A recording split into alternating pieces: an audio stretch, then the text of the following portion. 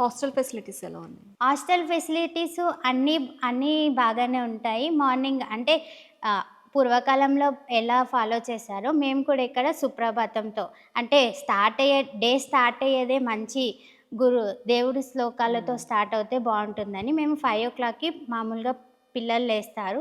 సుప్రభాతం తర్వాత యోగా 6:30కి మిల్క్ ఇస్తాము పిల్లలకి. సాయి అని మాది అన్నపూర్ణ ప్రోగ్రామ్ ఉంది. దాని ద్వారా సాయి వస్తుంది. అది అందరికీ ఇస్తాము. సో, సాయి తర్వాత పిల్లలకి స్నానాలకి, బాత్‌కి అవన్నీ ఎళ్తారు. తర్వాత 7-7:30 బ్రేక్‌ఫాస్ట్ ఉంటుంది. పిల్లలకి జనరల్ నాలెడ్జ్ కూడా తెలియాలి కాబట్టి న్యూస్ పెడతాము. తర్వాత 8:00కి ప్రేయర్ స్టార్ట్ అవుతుంది. సో, ప్రేయర్‌లో నార్మల్‌గా సర్వధర్మ ప్రేయర్ చేస్తారు. జనగణమన చేస్తారు.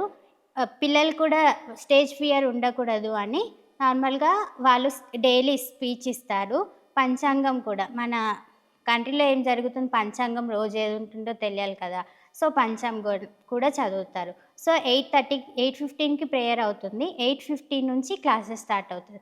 10:30కి స్నాక్స్ ఇస్తాం. స్నాక్స్ అంటే నార్మల్‌గా ఒకసారి ఫ్రూట్స్ ఇస్తాము. ఇంకా వాళ్ళకి నార్మల్‌గా ఏం దొరుకుతాయి హెల్తీవే ఇస్తాం. న్యూట్రిషన్‌వి ఇస్తాం. Ground nuts, boiled ground nuts ఇస్తాము. చెనా ఇస్తాము. క్యారెట్, రాడిష్, బీట్రూట్ అవన్నీ ఇస్తాము. అవి హెల్తీవి కాబట్టి. సో, 12:30కి లంచ్ స్టార్ట్ అవుతుంది. 12:30 నుంచి 1 వరకు తింటారు. 1-1:30 రెస్ట్ ఉంటుంది.